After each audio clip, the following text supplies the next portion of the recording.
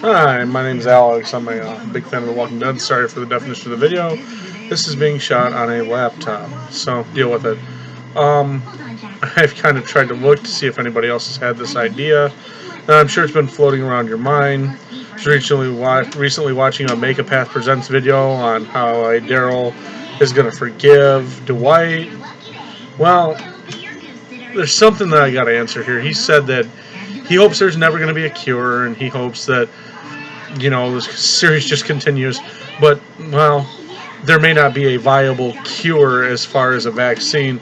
The only way I can explain what happened or logically figure out what happened is quite simple. Now, they say Rick was in a coma for about 45 days, but people would die typically after about 3 to 10 days without water. My theory is that Rick is the only survivor of the virus, seeing as how it's in everybody, or he never had the virus is another possibility, but him being the only survivor of the virus, having survived reanimation, and his whole system surviving it, isn't that far-fetched if you think about it. I mean, Rick has had some really close calls with the walkers.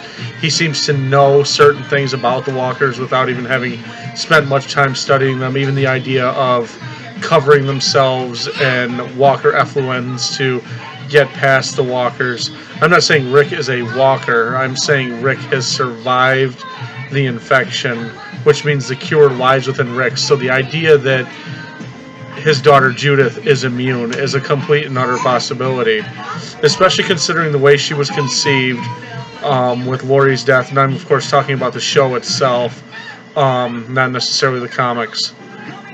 Rick's daughter being born to a C-section by an amateur done with a kind of a rusty knife, it is permissible to think that maybe Judith herself had survived reanimation as well.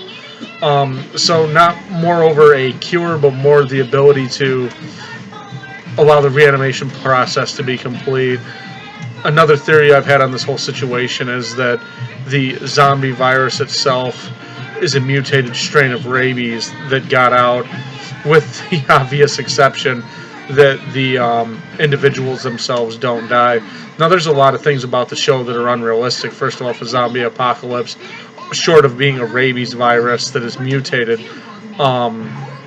it's pretty far-fetched. I mean, if you look and you think about the fact that muscles degrade, tendons degrade, and I understand they state that the walkers themselves do starve to death slowly, you've got to think about the more realistic possibility that the zombie apocalypse, if occurred in the way The Walking Dead, would probably last, if you could survive, maybe a year, maybe 2, with obviously the continuous spread of the infection here and there. And you're looking at a maximum shelf life for this virus to infect humans up to, I'd say, about a year, about 5 years, taking into account certain variables, certain people being infected. And if everybody is indeed infected, then the real simple solution to that is obviously Rick's solution to shoot them in the head. But, I mean, Rick even thought about isolating the virus by cutting off Herschel's leg, or in the comic books, Dale, the most irritating character in both the comics and the show. No offense. I know Laurie's bad, but, she's not the one I wanted to die most. Once Daryl killed Dale, I was pretty happy, and then I realized Laurie was just as annoying. Would have made a great couple, in my opinion.